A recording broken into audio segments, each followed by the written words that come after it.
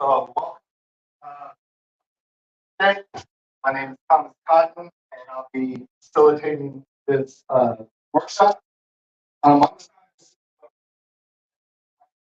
to disrupt the cycles of incarceration. So we focus on justice impact. We find that fathers are engaged. So as we're trying to elevate fathers, trying to elevate justice impact, we sit there uh, and fathers. Sometimes we look at, but when I start with my and uh, started hearing about possibly having it wasn't the military talked about a little later. It wasn't a lot of gangs were about something else. You know that gangs were about sticking together, brotherhood.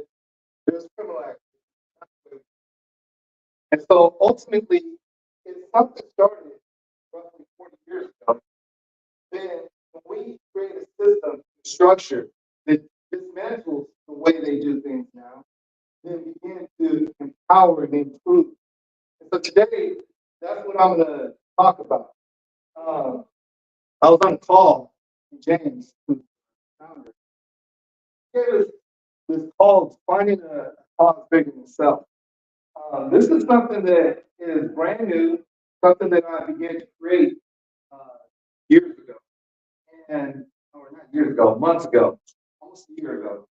And as I started walking through this process, higher order thinking, about not long ago, a year and a half ago, and learning about higher order thinking, how it's used to develop other platforms.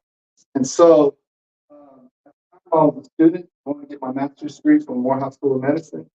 And as I started looking at this process, I started thinking, can we apply the same process to gang members, to fathers who are active in gangs, to people who've been justified, to people who are in poor communities, to a lot of different areas. We apply the same thinking and see if we can elevate people together, collaboratively, and as a community.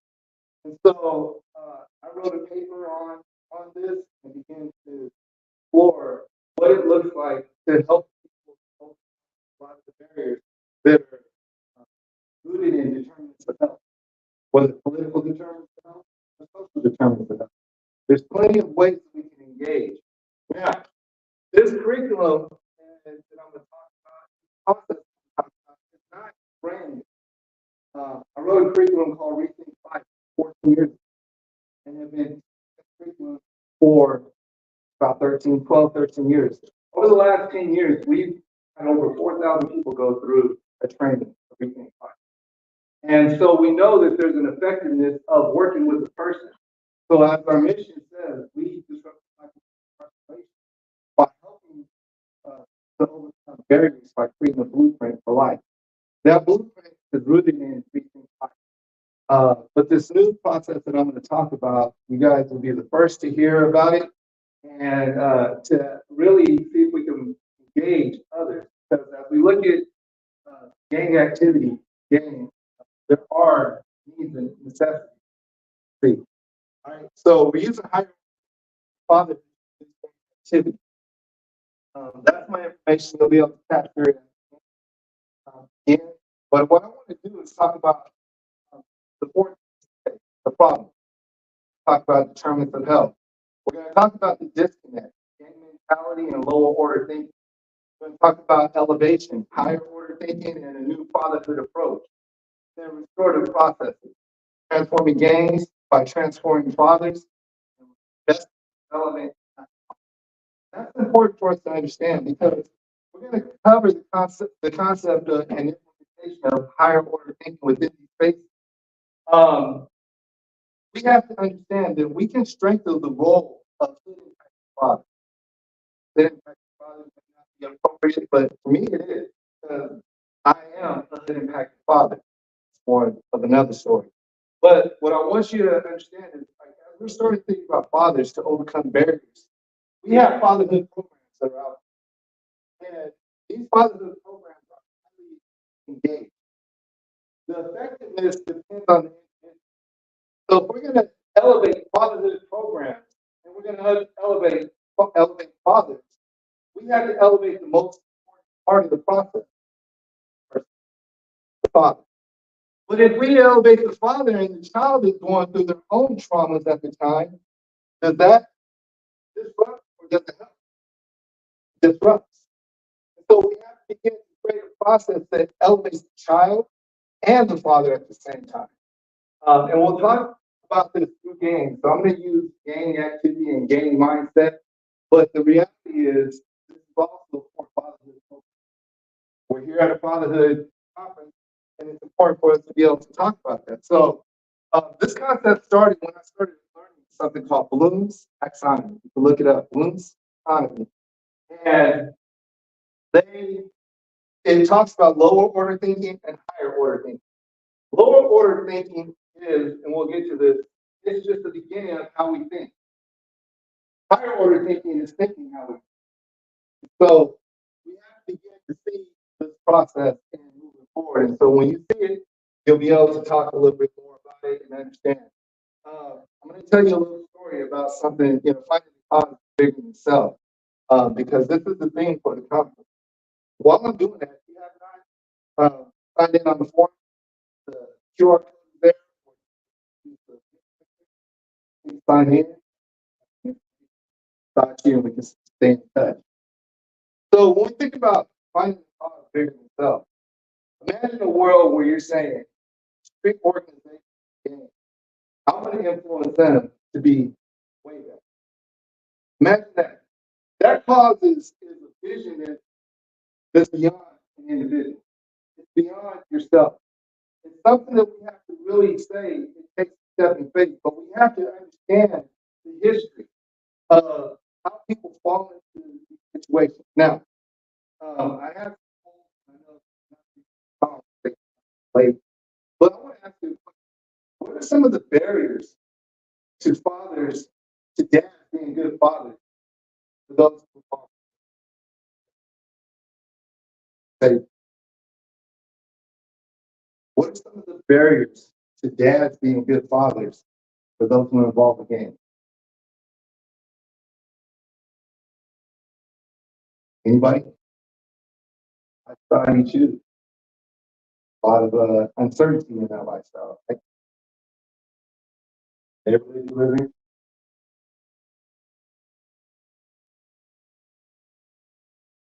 Anyone else? Yeah. Some of the barriers to being a good dad to those for dads being good fathers because they're involved in games. When you start to think about it, everything that you say, the choices they make, the access, the community, the safety, those are environmental challenges. Those are determinants of health that really begin to affect the way we live. If we live in a community that's really nice, like this county you're talking about, that's a good one? Yeah. All right, so we're talking about counties in Delaware. There's 3 counties in Delaware, and I know Kent County's where there is not, but that's where everybody fills out. Right. But what I want to say is, no matter where you live, there's environmental things that transform or keep you in a certain space or place. And so as we're engaging this topic, I want you guys to engage with me, because the perspective I'm talking from may not be your perspective, may not be your world.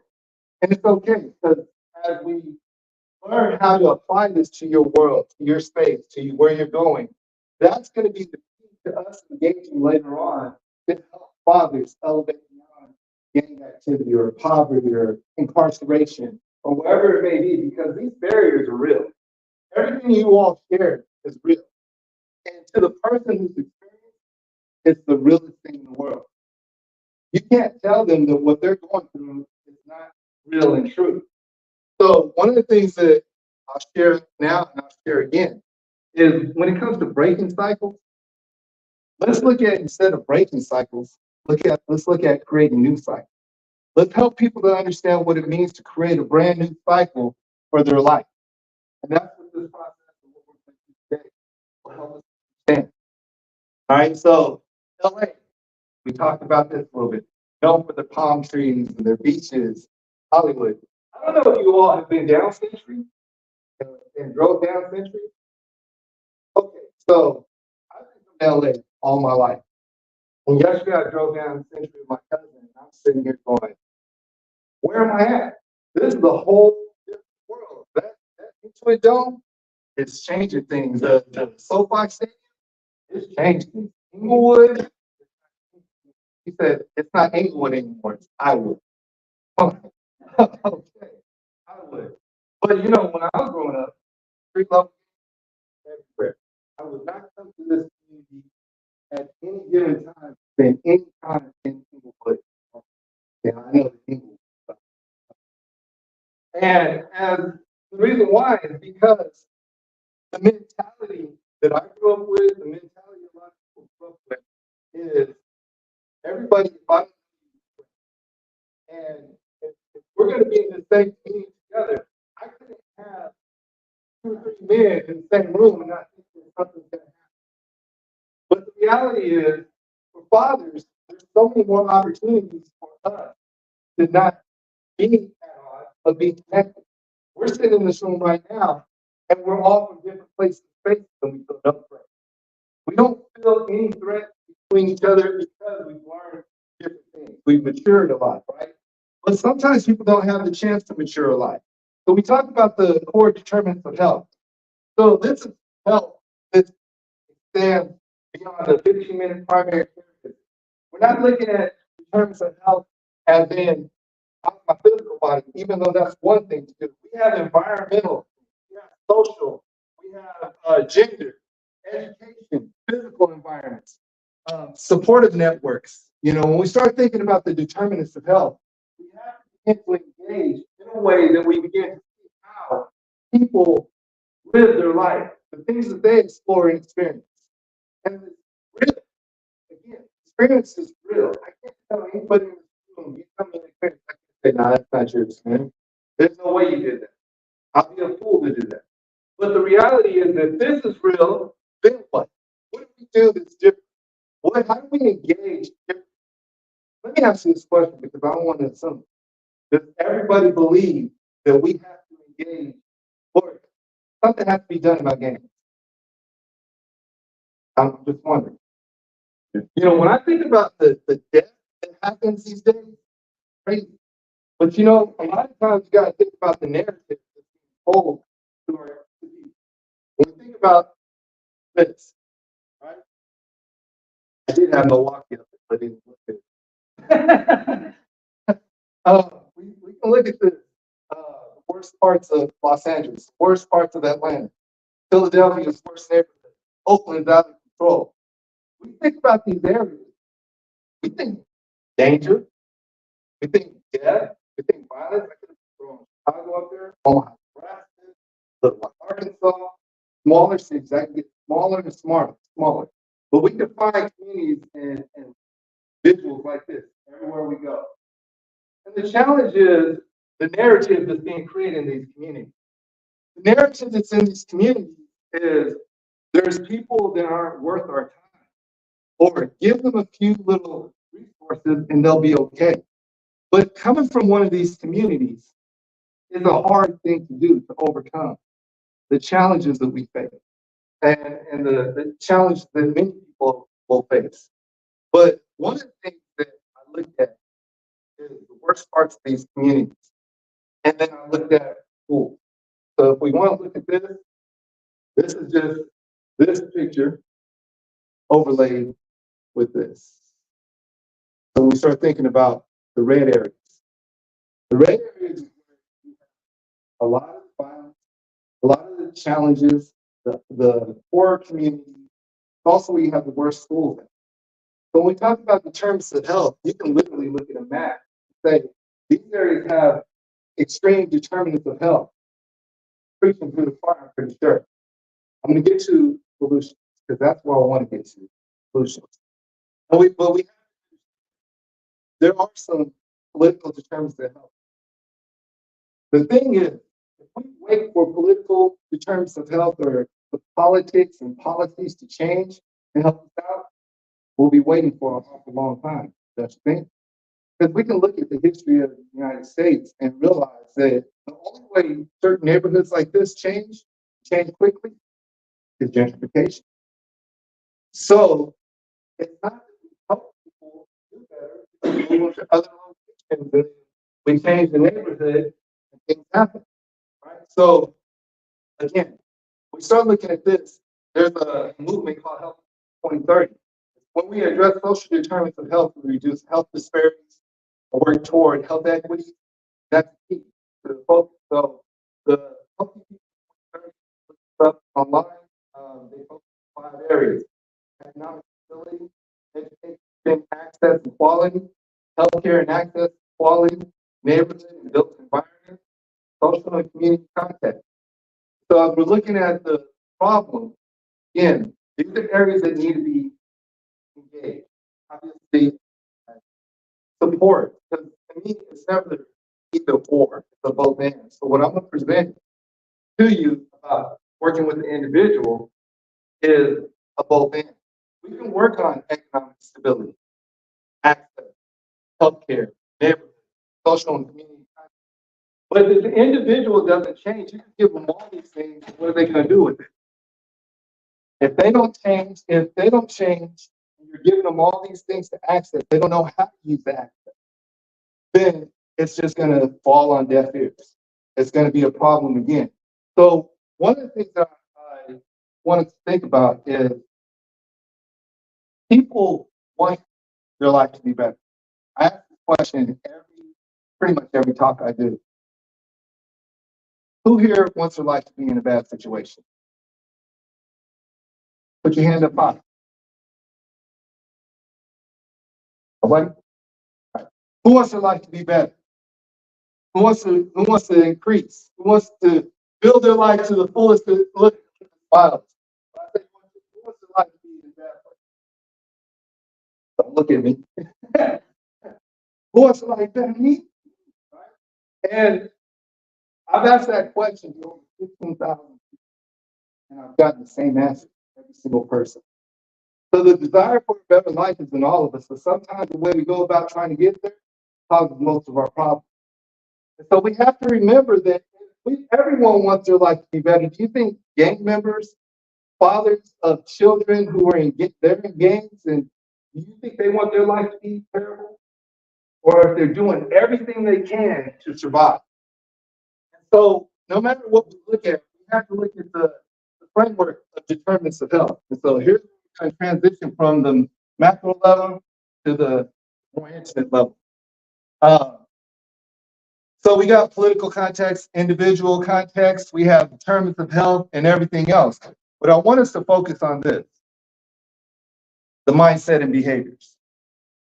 If we're looking at mindset and behaviors, and we're looking at how we're going to engage people who are involved with gangs, who are fathers, who just want to be good fathers, who want to live for their children, then we have to begin to engage the mindset and behavior.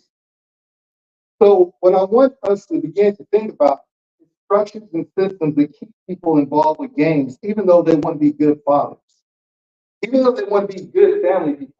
I've known people all my life who had their child with them, even though they're involved with drug selling, gang banging, all kinds of stuff. They just roll around with their child. It's my little homie, my little child, you know. And they're doing the best they can, but this is what they know. They show up. They may not be the best at what they're doing. They may not even be keeping their child safe. The child might even be better off staying at home by themselves. But the reality is, they're trying their best. Right? See, the disconnect is gangbangers willing to allow everything to burn. Because they're loyal. They're loyal to a product. They're loyal to their people. They know if someone calls, I'm going to show up. Because this is the family they built. This is the structure they built. And the sad part is, looking at this graphic, they're willing to let everything because that's the indoctrination that they've had. I was about to throw a picture up of NWA and just talk a little bit about NWA's indoctrination to so many people. You think about how they started off with their type and style of rap, expanded now what we look at, can't even call it rap today, stuff that they talk about today, right? That's indoctrination. I'm going to get harder. I'm going to go further. You know, back NWA had a song called "Express Yourself," and Dr. Dre was talking about, "I don't smoke weed or sex," and then he came out with the product, right? So he went from not smoking weed to chronic, and now it's okay to do Molly, to do all this other stuff, to be basically a drug addict. You know, and that's promoted. Be a drug addict. Be the farthest you can be. So we have people who are listening to this who are fathers, and they're now trying to live this world and this world, but this is the world they've been indoctrinated with first. So helping to overcome some of those barriers is important. So the part of this topic is called higher order thinking. Yeah. So the lower order thinking part of this is apply, understand, remember. So the thing is, when we use existing knowledge and we start thinking about lower order thinking, you know, practice, calculate, implement, operate, use, illustrate. That's how we apply. We understand, we remember, understand, and apply. Remember, understand, and apply. So a little bit of my story. When I was 13, 2 weeks before my 14th birthday, my dad was stabbed by my step. And 2 weeks later was my 14th birthday, and my mom came from Las Vegas to Bakersfield, which is about 100 miles north of here, and gave me an ultimatum. She said, "If you want to keep all your family, come stay with me. But if you decide to stay, I'm gonna disown you." Now, there's a whole story around the disowning part and big forgiveness point and understanding point. But I want us to just think about this 14-year-old boy who now is raised in the hood in the mid 80s, and I'm making every decision by myself, right? And so now at 14, I don't have a whole lot to remember. So I start engaging. And as I start engaging people a little bit different, they start teaching me things, how to survive, right?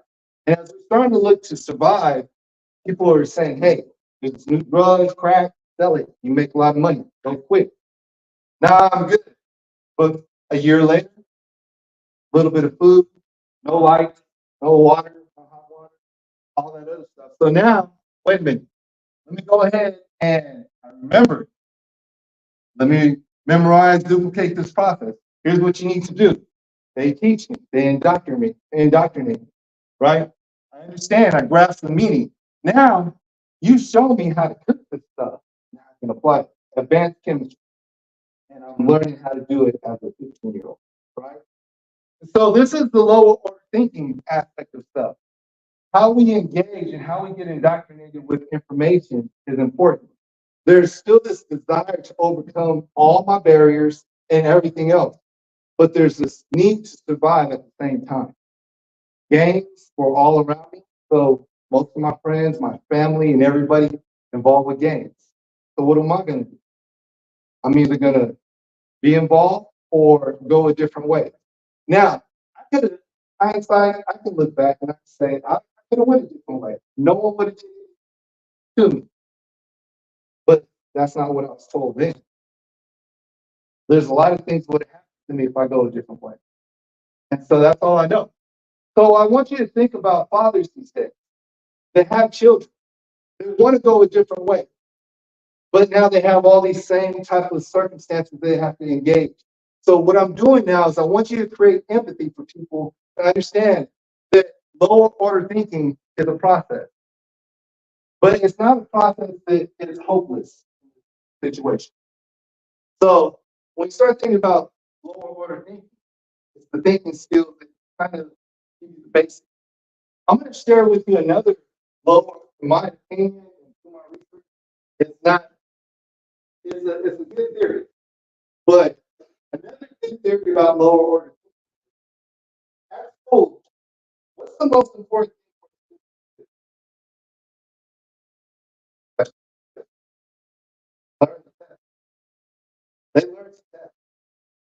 and everything is about test, test, test.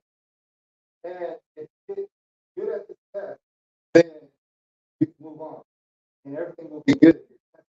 You read at this level. Can you do this? Testing, testing, testing. So there's lots of tests.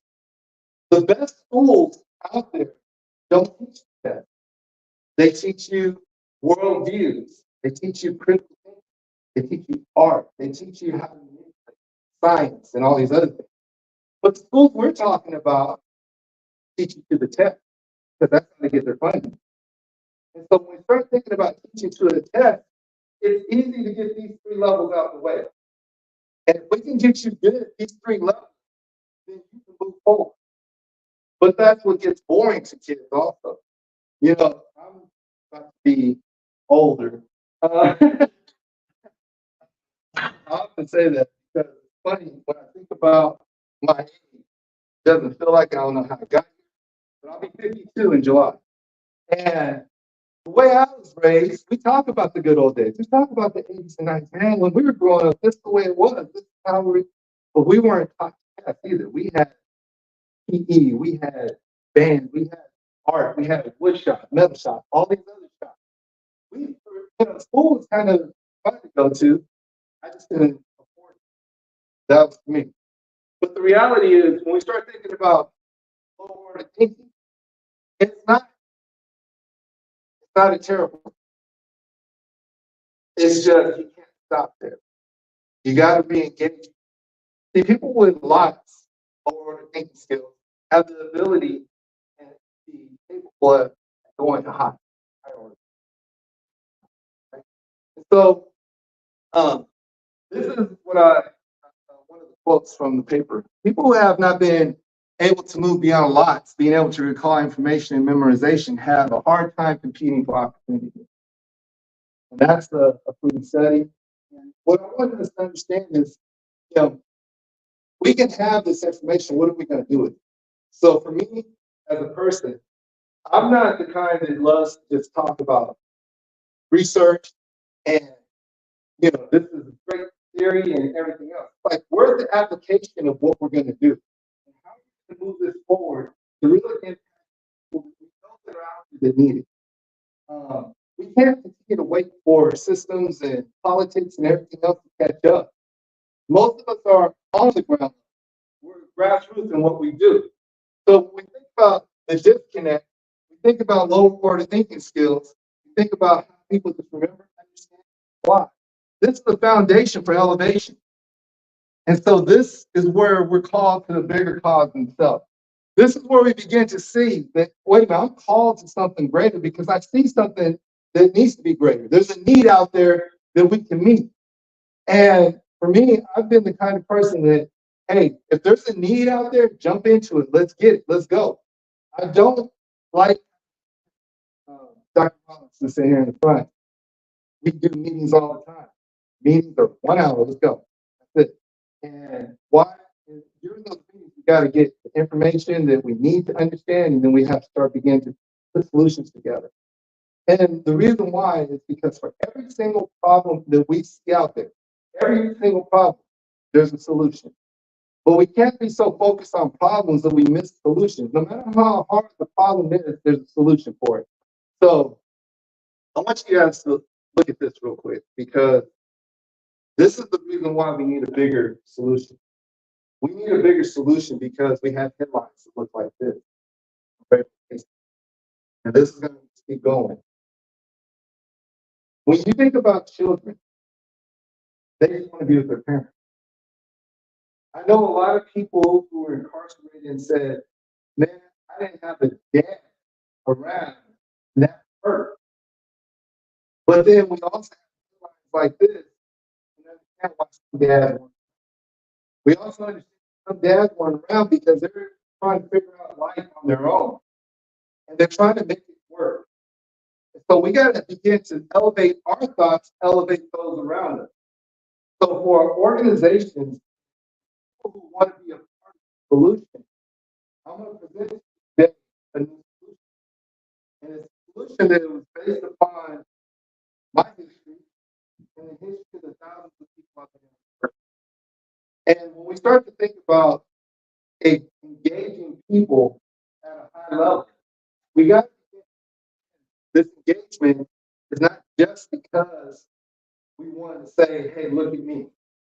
We engage at a high level because there are people that matter. There are neighborhoods that matter. So if any of you guys have a similar background to mine, you know what it's like to have love and then love you, care for you. I remember watching people get out of the prison, and the first thing that someone would do to show them love is give them the very tool they need to get back to prison. The very tool they need. Here, man, take this, get back on your feet. Man, come back. This has been waiting for you. Come on. And it isn't that they don't love each other. They absolutely love. They absolutely want to be the best. But then they put you in harm's way. That's the way of life. Do you think we can change games to a point where the systems and structures within games can be improved in a way that now they become the health, not the hurt, that they develop, not the mind? I do. I do believe that there's this love that goes so deep within gang and gang members that if we're able to help them begin to understand and care for them in a way that they will begin to see, wait a minute, I can do something different. Wait a minute, I don't need my child being this. I don't need my child being a part of this world. I don't need to be a part of this world because I need to be in my child's life. I need to be able to do something different. And this is important because sometimes I'm just out here living and I'm putting my kids in harm's way. I can't go to McDonald's without looking over my shoulder. Killed at McDonald's. So let us start to look at things different, which is the elevation beyond this low word thing. So the top line is what we're looking at now. We're looking at creating, evaluating, analyzing, critical thinking, development, learning to design and develop. You know who some of the smartest people I've ever met are? Inmates in prison. Inmates in prison. They are the most creative people. I watch them design stuff over and over, do things. Okay, I'm gonna do something. You ever see someone with a prison and how nice it was? Where you get your work done? Right? But the reality is, you can't go get that work. But they're talented. They're creative. There's a saying I heard back today that you want to know how creative inmates are? Put a key on a goalpost on one side and handcuff that inmate to the goalpost on the other side. By the end of the day, they'll have that key and unlock themselves and be gone. So the reality is, it's not. I'm making jokes about this, but the reality is the creativity. Can we inspire a generation to build their creativity? And not only one side of the generation, but both sides of the generation.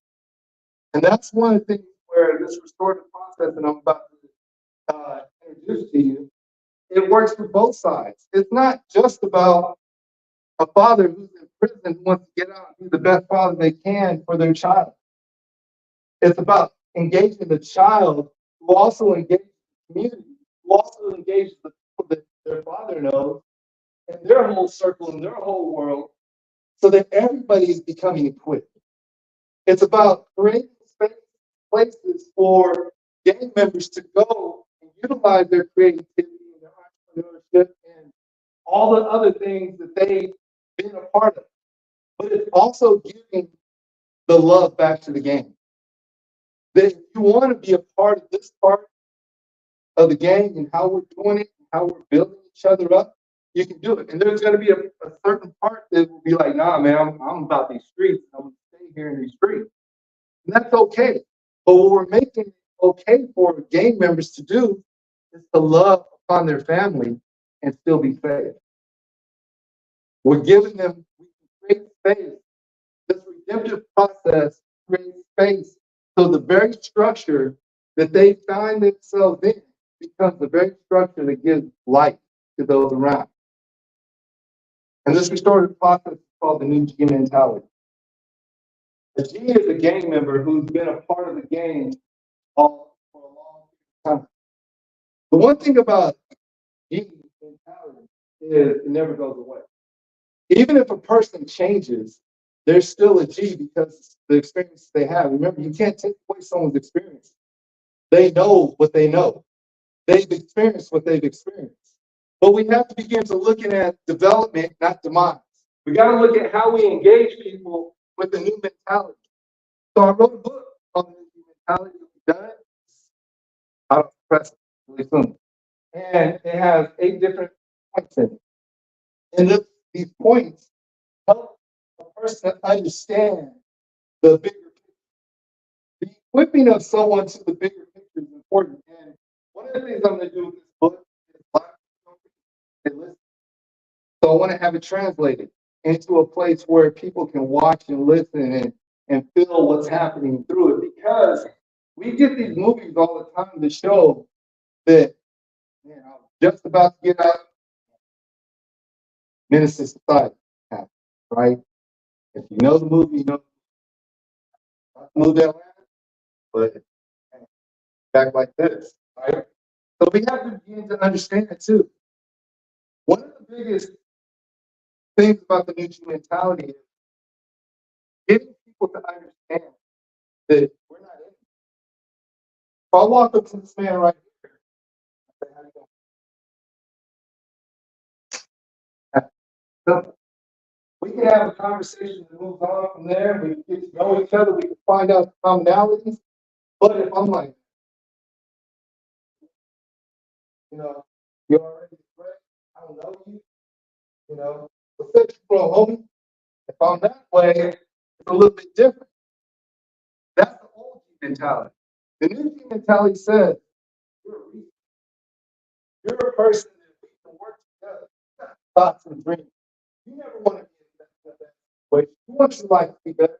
You want your children's life to be better. You want your community to be better. But we got to train people how to think that way.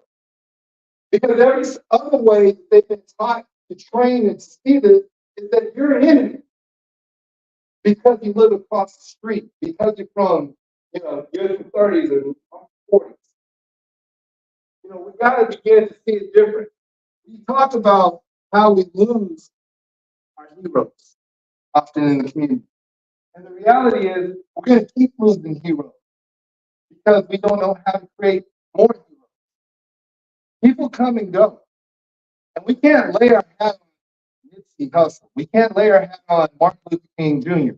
We have to begin to say, nah, we got a community of heroes. We got to begin to develop heroes and people that are willing to do this work. Now, let me just say this though, because I'd be remiss if I didn't. There are already heroes out there doing it.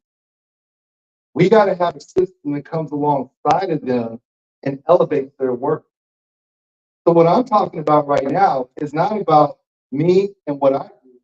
It's about elevating what everybody wants to see done. And the people that are already out there doing it, begin to equip them with the needs and necessities that they have to be able to engage in a different way.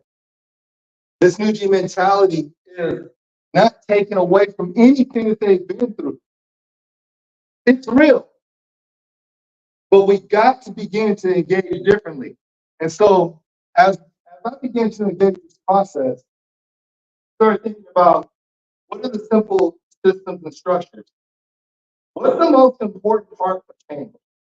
The person. Is change hard, everybody? It can be, right? What's harder than changing though? Staying the same. But people fight to stay the same more than they fight to change. We can't keep having that mindset that keeps us in this negative space because change is hard. Staying the same is hard. And we know it. And even if you finally get it, I was 22 years old when I finally got it. But I almost had to spend, I was sentenced to a 10-year sentence in prison at that point. But I got it. The reality though, even though I got it, By the time I got out, there were so many other barriers that I had to overcome. It makes it even harder. You got to fight harder. You got the mentality that you have to overcome. You have this imposter syndrome that you have to overcome. You got this fear of making feel like I'm fake. There's everything that's happening. And there's a lot of different things that you have to overcome. But the reality is, if we can get people to start overcoming and more people around them supporting them that were part of their whole world, then it's no longer a imposter. You being an imposter, everybody's maturing. Maturity matters, right? So, how much time I have? Okay. So, what I want us to understand is the new human mentality is rooted in giving grace. So, if I walk up to a gang member, so last Saturday, let's just do that for example. Last Saturday, I was out on the streets, talking with homeless, help, feeding them, giving, literally just walking out. And the approach that I watched a lot of people have with them was kind of nervous. I wasn't nervous, not because I have this thing that allows me to interact, but because that's a person. So Vanessa, Vanessa walked in. I walked over to Vanessa and I said, "Hey, how you doing?" We talked. And we talked about different things, and we Delaware, LA, all these other. Why would I treat someone else differently? Why would I feel threatened by anybody else if I'm just talking? And a lot of times, what I've learned is people lower their guard when you give them praise. When you give them dignity. See, dignity says you have something to offer. So I want to hear what you have to offer. I have something to offer you. But first, let's look at this relational aspect of it. And that's where we begin to develop from the grace of relationship, from the dignity that is given. So the new G mentality book has a curriculum called Life. And this is a training trainer workbook, and it has another workbook for the individuals to go through. And it's built around the connecting of all the parts. So I'll give you an example. Right now in Las Vegas, I'm working, well, I'm talking, not even working with it. I'm talking to a probation officer. Go to church with him. He and I started a conversation, and he works in a camp of youth. And there's 5 units there. There's 100 kids there, and there's a high gang population. So we're talking about engaging the youth, but I don't want to just engage the youth. We got to create a system that engages their youth, and the youth connects with their people on the street, family, gang members, and everything else. And now we got to structure this, and we have to structure it. Why? Because the bridge between the two, they're going to get out. How are they going to get out? What are the circumstances they're going to be in part of? So let's just say anyone here wants to start a business. Anybody? Okay. I do. Okay. All right. I'm a serial entrepreneur. So starting a business to me, one of the key elements. I work and I start business. Why? Because I like to do stuff. Plus, I want to create capacity. And it begins to get people from neighborhoods to start businesses. That creates capacity. So when we start thinking about access, we got to create access not on just a singular level, but a higher, not on a level that doesn't allow a person to walk in dignity, because most people get out of jail or prison, or they want to change their lifestyle. What type of jobs do they go? Warehouse, car wash, the jobs that they work just to stay broke. So we have to begin to create access and capacity so that people can see that there's a different way I can live and still take care of my family and not struggle and be treated with dignity. That's the new mentality, is to be able to do that. There's peer support. It's very important that people who have similar get. So we can't begin to look at that. So restorative practice. Restorative justice is and it's built around the justice. It's about engaging victims and got the word they use. But the person who committed the crime and the victims, responsible party, the community perpetrator, thank you. And the victim and the community being able to have a conversation around the harm. So it's all sort of justice.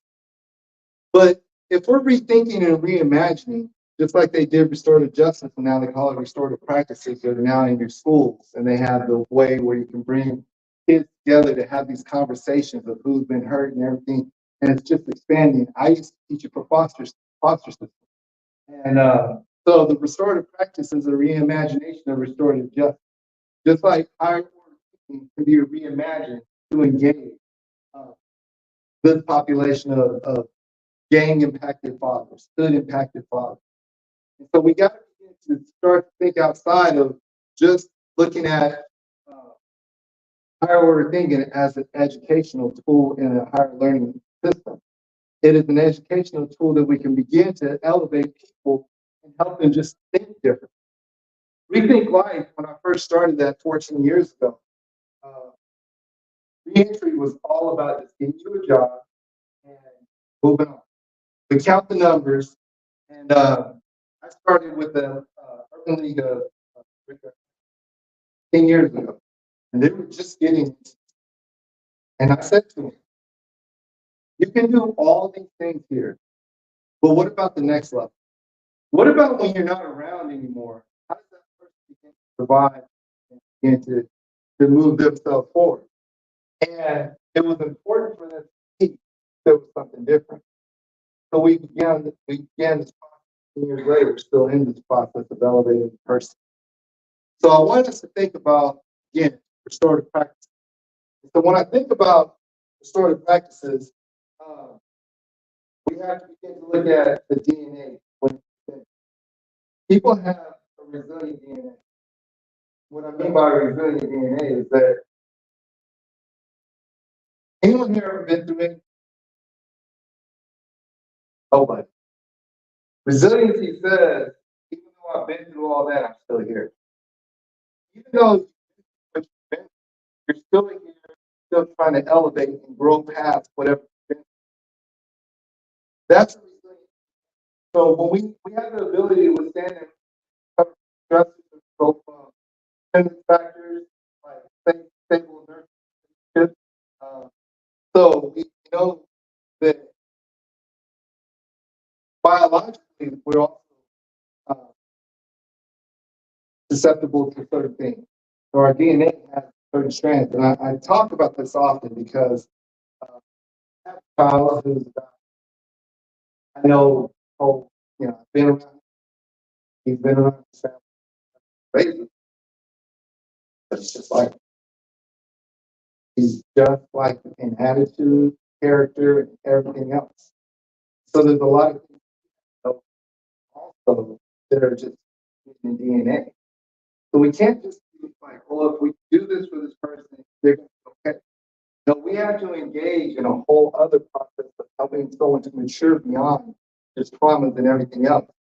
And so we look at extrinsic conditions. I'm not going to go through this all the way through. You take a picture, but it's about mitigating toxic stress. And as we start to look at the toxic stress that people will face, and stress, you ever been triggered by something? Like I have a trauma triggered by something else because this trauma hurt. That's one of the things we have to help people walk through. It's very simple to feel it triggering and run back to what you know. Yeah, I knew this was going to work. And so the system has to be able to withstand re-triggering. But I want us to also understand this. The brain's ability to reorganize itself by forming new neural connections throughout life allows neurons, nerve cells in the brain to compensate for injury, disease, adjust their activity, situations or change their environment. Basically, the brain has the ability to keep growing, to reconnect. Adverse childhood experiences are not a destiny, but the brain can be hurt still. That's what we have to understand. I'm no different than anybody here in the sense that we've all been through things. My trauma has just led me to a certain other area. My recovery, if I never say anything about my history, and that's the interesting part about life. Am I any different than another person who's going through the same trials and tribulations as an adolescent? And that's what we have to remember. A lot of the things that gang members and people who are incarcerated, fathers, they learn in adolescence years. And they carry it into adulthood. And no one's ever there to create a system and structure to help them overcome those things. And the heaviest burdens they carry are the thoughts in our own head. So a lot of fathers feel inadequate because I'm not doing what I'm supposed to be doing. I can't provide for my children. I'm desperate. My child needs diapers. Or they just go ahead and from the beginning and claim that child. You know, I'm gonna make a bad decision, I'm gonna make a worse decision after that. So we have to begin to understand different things to help them. Emotional intelligence is one of those. What I want to say about emotional intelligence and higher thinking is it allows a person to begin to get in touch with themselves and control themselves in a better way. The cool thing about emotional intelligence and higher order thinking, they can both be learned. They're not anything that's outside of the realm of learning. But studies have proven that people with higher order thinking skills and people with emotional intelligence function at a way higher level in life. They overcome traumas like poverty of a third world country or going through school systems and getting F's all their lives and all of a sudden becoming A students. And there's studies out there that show that this development is a way to engage people who have challenges and help them elevate their life. How can we have it begin to put these approaches into our fatherhood system? How can we have it started putting these systems involved with those who are incarcerated, to gangs, to people who are impacted by poverty, systemic racism, all these other things that go along? We got to begin to start to see things different. And guess what? A lot of times we don't do it. I'm hoping to expose you to something that's kind of cutting edge. I'm an innovator in what I do. I'm always trying something new. Always. Right, Lucius? Um, and sometimes I don't need to try something new. Sometimes I just need to, they always tell me, you just need to do this. All right, I'm learning. But when we think about the 5 domains of emotional intelligence, imagine a person that has these 5 domains: self-awareness, motivation, empathy, social skills, and self-regulation. What kind of person is that? The person functioning at a high level. Why do we think that people who are involved with gangs can't function at a high level? They do on a regular basis. They have the system and structure already in place to function at a high level. The difference is we don't give them tools necessary to function at a higher level, to go from a lower order of ways of life where death is just a way of life. No, we need to make living a way of life. And we got to begin to sacrifice in a way within our people need to fund organizations to help. They need to fund the people that are on the streets. They need to begin to see that there's a different way of living. You can't do status quo. Whether or not someone comes on this journey or not, it's a journey that's bigger than me, that I'm willing to take. And I'm hoping that today you all be inspired to think that there are systems and structures, and the system I'm laying out now to help impact fathers within gangs is a way to develop them, not to their demise, to help them grow. And just like it took 40 years for gangs to become the way they are now, it may take us 40 years to change it around. But if we don't find a place to start, then we forget, the person has this capacity. We forget. They have this capacity. We just got to give them the tools and give them strength. This is a quick little 3-minute video. Hopefully the speaker's on. I didn't check it.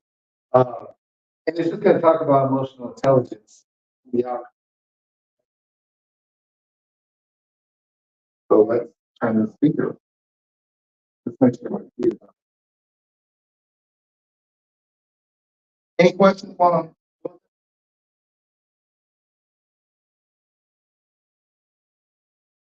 anyone? Yeah.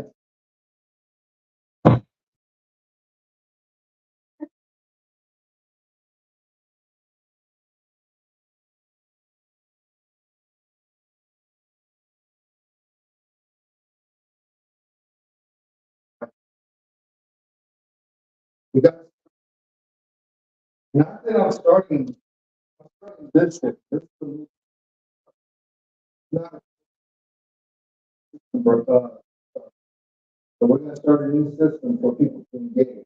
We're not going to change whole system. We start new systems and people start engaging these new systems. If we start new cycles, people start engaging these new cycles, old ones die out. So we're not trying to come against. I understand why they do. I understand that why drug dealers do what they do. I understand a lot of what certain people do.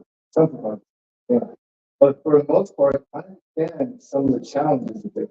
So I'm never going to come at somebody and say to them, what you're doing is whatever. But I want to challenge them to think about it. Because the moment they say, yeah, then they're going to jump into something new. There has to be another vehicle. And the vehicle has to look just similar to the one they're already in. So imagine this, if you drive a BMW, whatever, anybody's favorite BMW, someone rolls up on you with your favorite Mercedes and say, hey, I'm going to give you this car. You might think about it. So I can't roll up on you with your favorite BMW and then I come up in this little Toyota Corolla and be like, want to switch cars? you know, they're not even, right? So let me see if this works. I don't know why.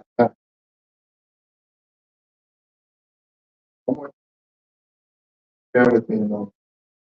Quick question, yes, sir. Have you been able to already? So we are. I have not. The answer is no. Not this version. The Rethink Life version of it has been going for 10 years. But now the next level to me, really the cause bigger than me, is now take everything that I've learned in the last 10 years, everything I've learned in my life, everything that's gone, now organization, implement the strategies to begin to build community around them, and then let's see what happens. Because that's the only thing we can do. And a lot of times, we don't give it a chance. That's what my hope is, to collect the data, to show this is not just about, it's not going to be heart driven. The research that I've done is already data driven. The research that we will collect will be data driven. We'll have tools in place and everything else. I'm looking to start small groups and move it into larger groups. I want to partner with organizations and train staff and other people, concepts. And again, I don't have enough time to go through everything, so I'm giving you all the high level to it. But there's a system that can be developed for this. So what is All right, so I'm going to go ahead and show the quick video, emotional intelligence. But the reason why I'm showing emotional intelligence within this process is because this is a part of the system that's created.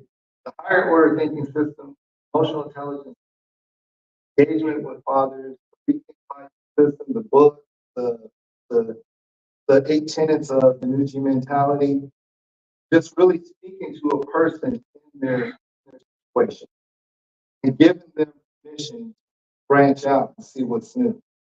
Because like I've talked to plenty of people. I'm gonna just say this. One of the most interesting conversations you can ever have is with a person that's in a lifestyle they don't want to be in. When they're alone, they can talk to you as a real person. It's always one of the most interesting conversations because it's this battle, like the good angel, bad angel battle, but it's in real life right in front of your face. And if we create something that allows people to move different, they will. That's one of the things we have to remember. They will. So what is, well, let's look at the definition in being smarter with feelings. The first time I wrote that, I wrote being smarter about feelings. And I realized, right, there are a lot of psychologists who are smart about feelings. There are a lot of researchers who are smart about feelings. We can know about something, but that doesn't mean we can really work with it. So when we're being smarter with feelings, what we're doing is we're collecting this data, we're being accurate, and then we're using that data to solve puzzles. Look at that intelligence. Intelligence means accurately acquiring and effectively using data. Let's just think about mathematics. Somebody who's really smart at maths. They walk into a room and there are 17 tables, and they can quickly say to you, hey, there's 17 tables in this room. They're accurately acquiring mathematics. And then you say, oh, we have 54 guests coming to this party.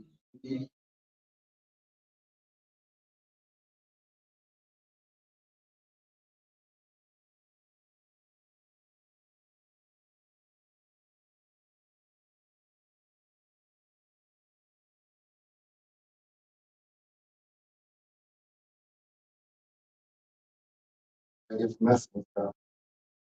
Um,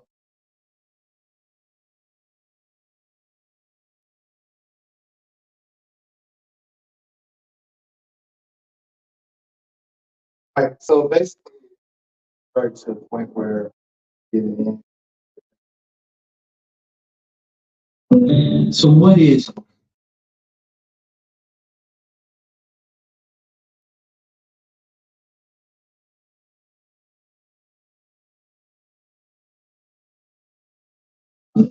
so what is, well, let's look at that. So see what's happening. What's happening is So what is, well, let's look at the definition in there, being smarter with feelings. The first time I wrote that, I wrote being smarter about feelings. And I realized, so I'm gonna let it go because for the sake of time. Basically, all he's saying is emotional intelligence is being smarter with them, not about. We can be smart about stuff all the time, but can we be smart with something? The only way to be smarter about it is we cannot forget that the most important part of the process is person. And a lot of times that's what we feel. Process is program. No, person. So as we begin to engage people with process, we invest in development, not demise.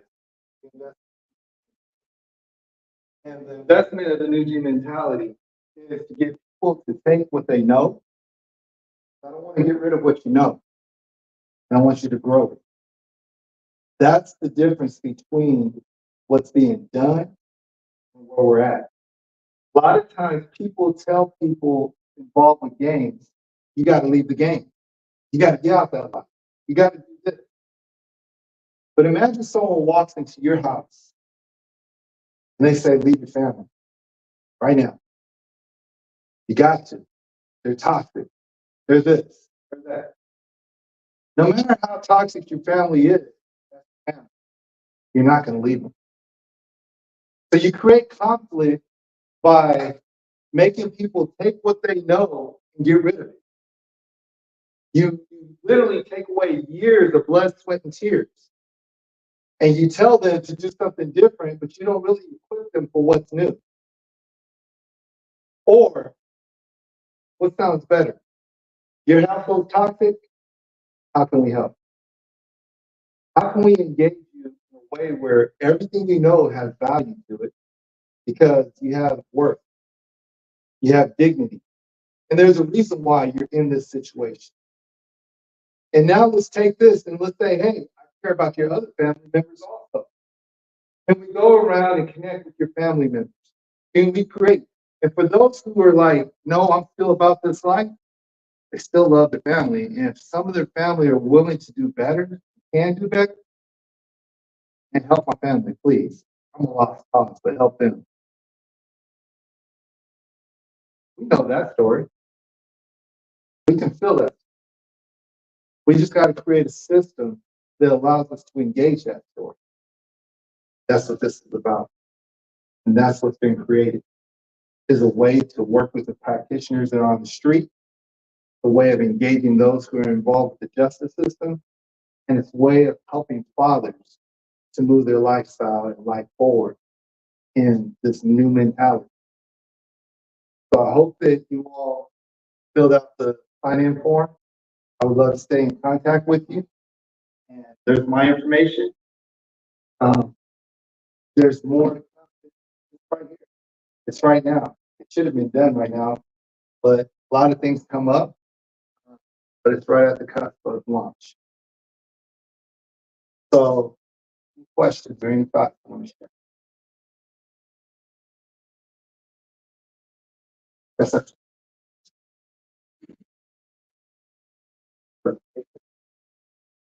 It's been thinking about this.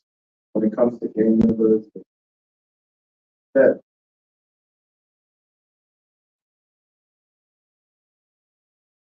personal experience,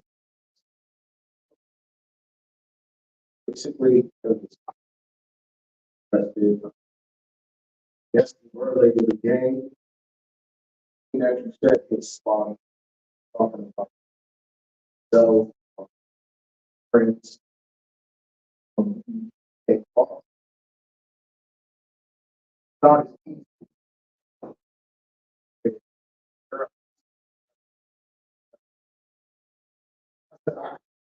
So, things that it wasn't easy to be a real. There was that said being on the real. All of that played a part. But personally, felt like joy. Right. That's what that is.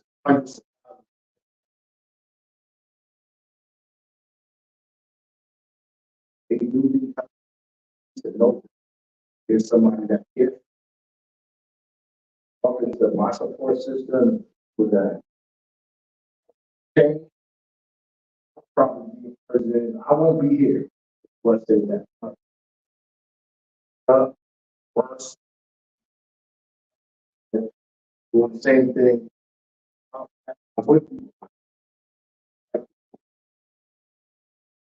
It's a dad, so it's gonna happen. So,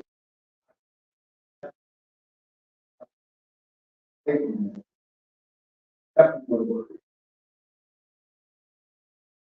While working, like going, nobody but me. Hit the nail on the head though. If I didn't run into my support, I'd still be doing everything else. You love your child. There's more danger. It's important for us to recognize that dads want to be dads. They also want to, they have to live. So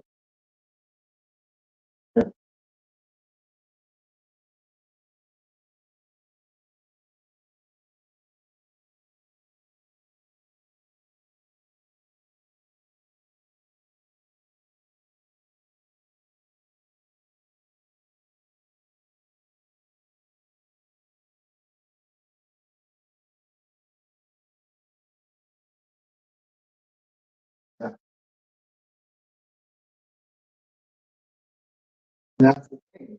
We can't wait for the system. There's access that we can gain. We have to, like the Underground Railroad, we gotta walk people through that process up to get to freedom. If the system is fine, more people change, more.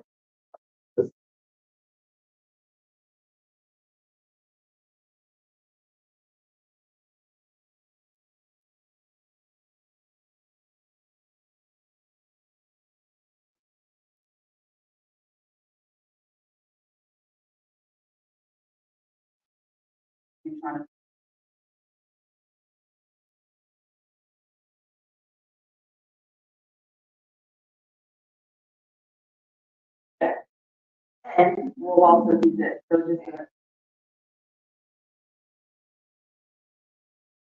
And I'm not saying get rid of all stuff. You do this and so again, stay tuned. I'm gonna put you on an email list if we can stay in contact and communication.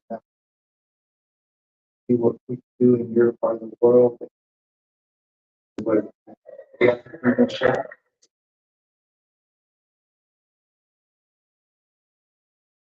And something you said about, it made me think of this. We meet parents or how we meet families who are in a domestic violence type situation, right? The approach is when you just walk in the violence. Go in, but we feel what all of us have agreed to some extent that is going to be helpful to that individual and that family. And so it just made me just that why wouldn't we put someone else and start an activity, right? That would be a place to start. I mean, that it's going to take, that it's probably going to take more than one verse on all of our bears and mine. So, just the things that just unintended and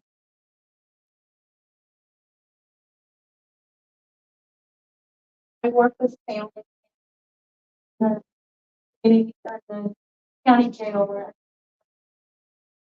I'm really curious to learn more about because place for right. I love how you show through domestic violence. We reimagine domestic violence, but there's other areas that need to be reinforced in a different way. That's what this does. Again, it's not I'm looking to equip, partner, develop. Let's create systems that let's reimagine. things. Let's reimagine. Because that's what we're talking about here. We're talking about people. And just like I asked you all, who wants to be in the best situation? Who wants to life be better? But let's them also. Let's reimagine how we engage. Appreciate you sharing that and look forward to talking more. Any other thoughts, questions? I'll share. I almost called you because he moved. It's like an auction. What?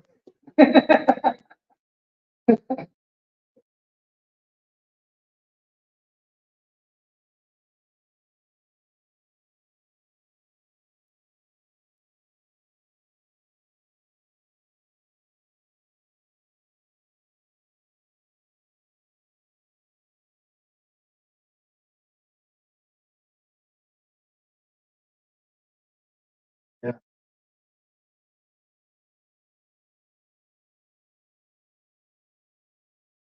And you talk about life. little LED light. All can be divided in the dark.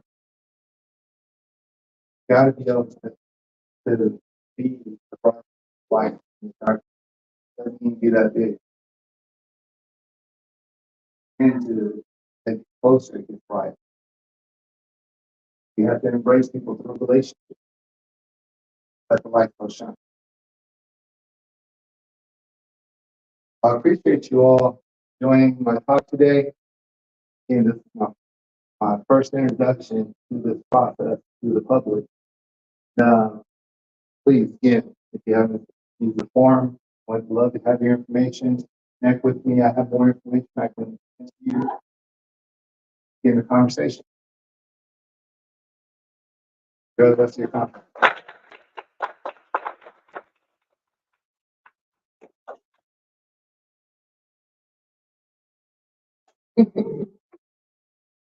And if you're still there, thank you. YouTube.